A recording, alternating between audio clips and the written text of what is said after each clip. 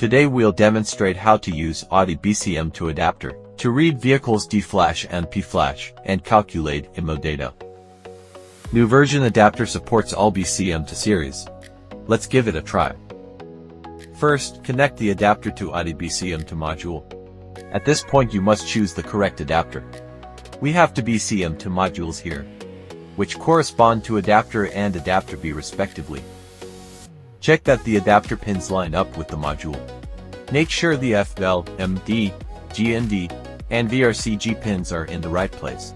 Follow the wiring diagram, and choose the correct adapter. We'll demonstrate using adapter A. Align the pin positions and mate the adapter with the module. Flip and snap the two side buttons to lock it in place. Here's what the assembled unit looks like. Use KeyTool Plus adapter cable to connect the assembled part to the KeyTool Plus. Once connected, begin reading the data. Follow the on-screen steps. Tip: old version adapters require entering the old adapter menu. For the current new version, choose Program or Read New Adapter. Select to read D-Flash. You can view the wiring diagram here. Click Read. Make sure the adapter and chip connected. Read successful. Click to read P-Flash and follow the steps.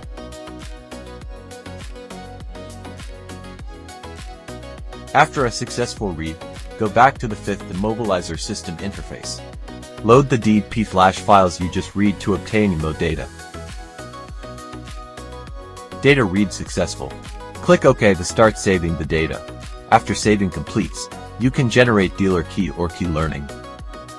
We can also perform this procedure with multi-prog.